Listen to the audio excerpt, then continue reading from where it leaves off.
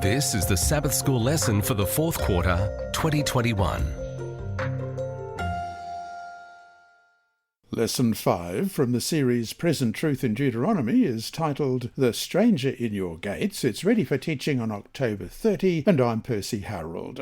Sunday, October 24. Circumcise your hearts. Deuteronomy 10, a continuation of Deuteronomy 9, is basically God's reaffirmation of the covenant that he had made with Israel. Indeed, much of this book is a kind of covenant renewal. That is, even after their terrible sin at Horeb, at which time no sooner did Moses leave them for a little while than they fell into idolatry, the Lord still wasn't done with them. Read Deuteronomy chapter 10, verses 1 to 11. What is going on here that helps us to understand that God forgave his people their sin and was reaffirming the covenant promise made to them and their fathers? Deuteronomy 10, beginning at verse 1. At that time the Lord said to me, Hew for yourself 2 tables of stone like the first, and come up to me on the mountain, and make yourself an ark of wood.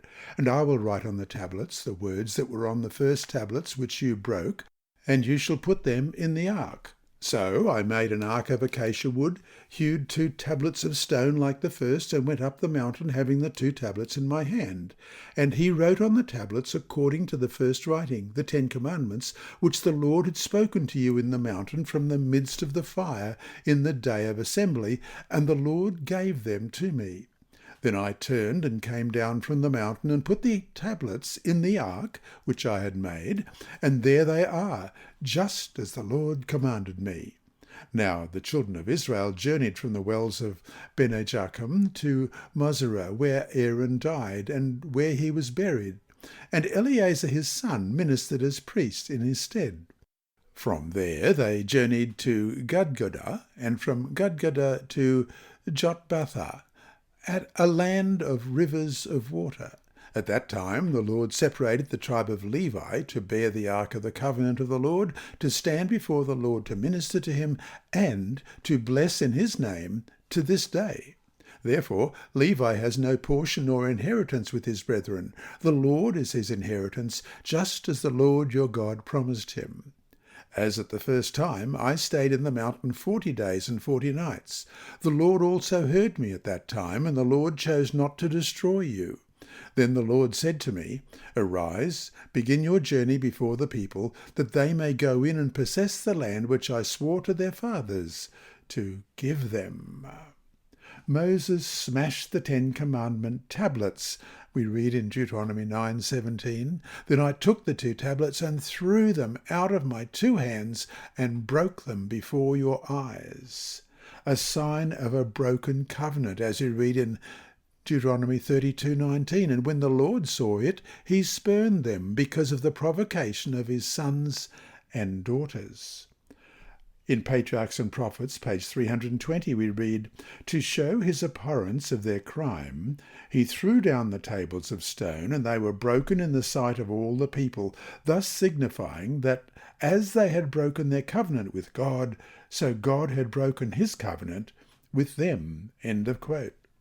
Thus, the fact that God told Moses to hew new tablets like the first, and he would write on them the words that were on the first, shows that God had forgiven the people and was not done with them even then.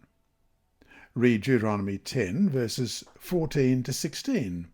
What is God saying to them? What is the meaning of the images that the Lord used here? Deuteronomy 10, beginning at verse 14, Indeed, heaven and the highest heavens belong to the Lord your God, also the earth with all that is in it. The Lord delighted only in your fathers to love them, and he chose their descendants after them, you above all peoples, as it is this day. Therefore circumcise the foreskin of your heart, and be stiff-necked no longer. There's a mixture of images here, the foreskin, the heart, the neck. Nevertheless, the point is clear. Circumcision was a sign of the covenant, but it's only an outward sign.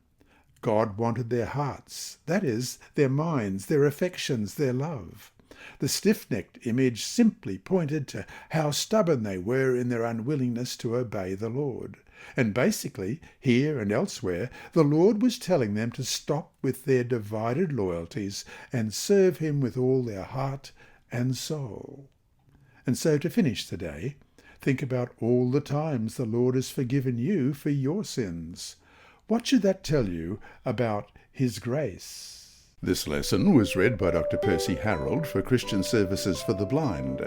Sponsored by the Sabbath School Department and distributed through Hope Channel Australia, this podcast is also redistributed by Hope Channel Germany, Christian Record Services for the Blind, and It Is Written. It is also available on SoundCloud and through multiple podcast distributors, including Apple iTunes. Remember, God is always faithful.